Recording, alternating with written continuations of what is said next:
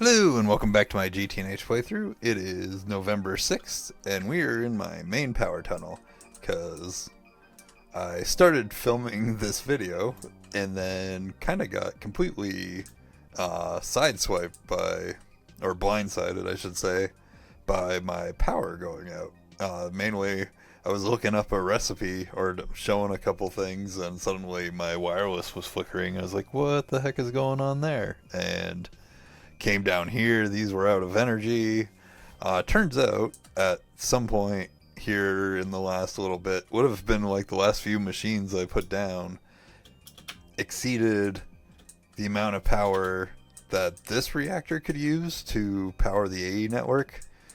Specifically, if we were to look down here at my configuration, when I was having the power issues last week, I'd actually moved the AE power off of this guy because this guy was still powering a bunch of stuff in the main base, and over to this.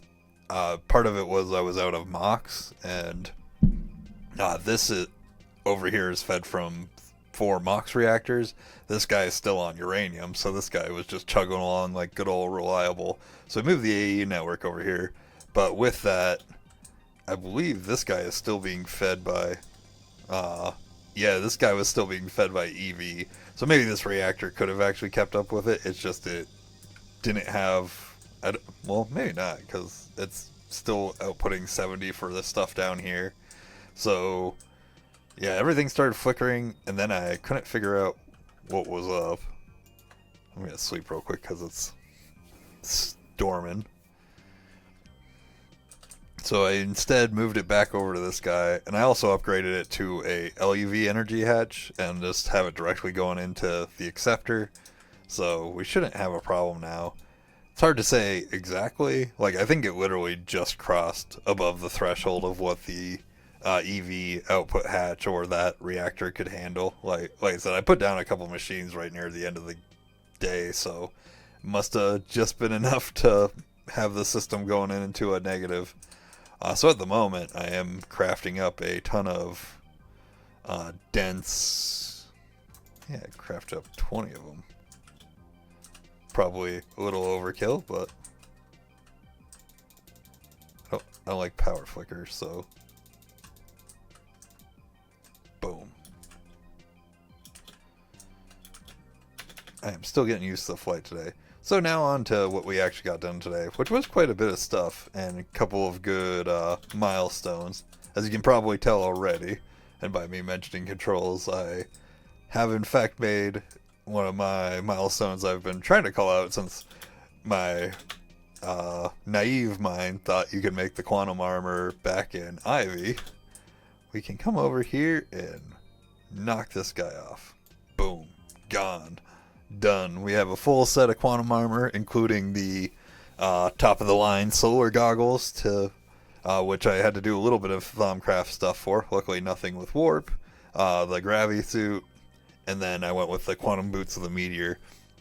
So specifically for the boots, just real quick.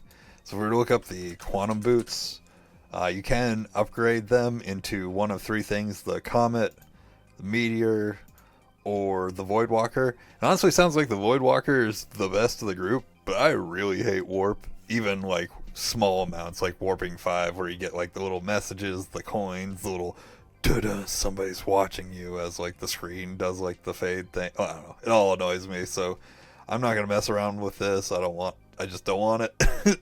And then for the comet, there's a couple bonuses that sounded awesome, but one huge downside, to me anyways, is that when you're in water, it says it freezes the water. And I do not want that. That just sounds terrible. So I went with the meteor. I do get a little flame trail and can go pretty fast, so that's cool. The goggles supposedly charge themselves. Doesn't feel like they charge that fast for when I first put it on, but that's okay. To be able to craft these guys, I did actually set up a bunch of assembly machines over here, which, while I'm not using, because this is kind of just like my casual area, like this is where I rename stuff for the assembly line. The slicing machine is specifically for the imprints and stuff, so like I could just do this and not worry about it. Like these guys being in their own assembly machine was just to not waste space elsewhere, because like to get to the quantum, like look how many different helmet things you need. Technically this one as well as the final one and all these guys, well, these two need to be moved over to their own machines if next time I go to mess around, which I think will be whenever I go for Infinity Armor, because they actually are crafted on different channels. But that's what this little setup for now was what I went with there. But obviously, to get to the quantum armor, we needed to get a couple more things done. That I didn't quite have done yesterday. First of which was setting up this compressor, which is the upgraded fancy version, the hot isostatic pressurization unit. This is specifically used to make dense, or really super dense, europium, which then in itself, if I expand it out, I think this one's, there's europium, is used to make the Mark II reactor. So this was basically the first thing I did today. Although, like, when I first booted up the game, I honestly started crafting things for the fusion reactor, specifically because the coils in particular take forever. You need so many superconductors. And, oh god, still getting used to the controls. Real quick before I leave, I forgot to mention yesterday, I did set this guy up as well. This guy is... We have one down there, and I set it up a few weeks ago, the precision assembler. The reason I set up a second one is now I'm using the precision assembler for almost all of my assembly recipes. And this now, I didn't want to have to worry about swapping the modes back and forth, so I just built a second one. This guy will be all the ones that actually need to be done in precision modes, and simple as that. Just one less thing to remember. So we did end up setting up the Mark II reactor, though. Like I said, after I got that super dense conductor thing set up, like everything else was already done and ready to go yesterday.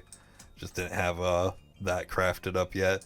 So I set up down here. It does have to be ZPM, so I do have a transformer and then its own row of wiring.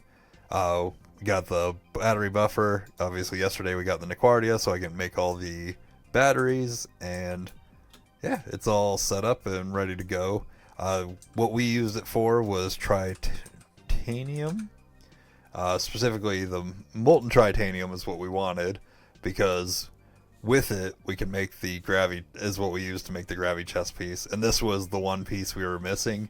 I did have to go through earlier. There were a bunch of kind of random stuff that I thought I had gone through and got everything set up to get the armors, but I'd been focusing on the chest piece. I kind of forgot. Didn't really think about the leggings. So there was a bunch of random little things to get it. Also, to get the solar goggles of revealing, I had to do a little bit of Thaumcraft and some solar panels. If we hop over into how to produce, or how to generate energy, basically all these quests right here, to be able...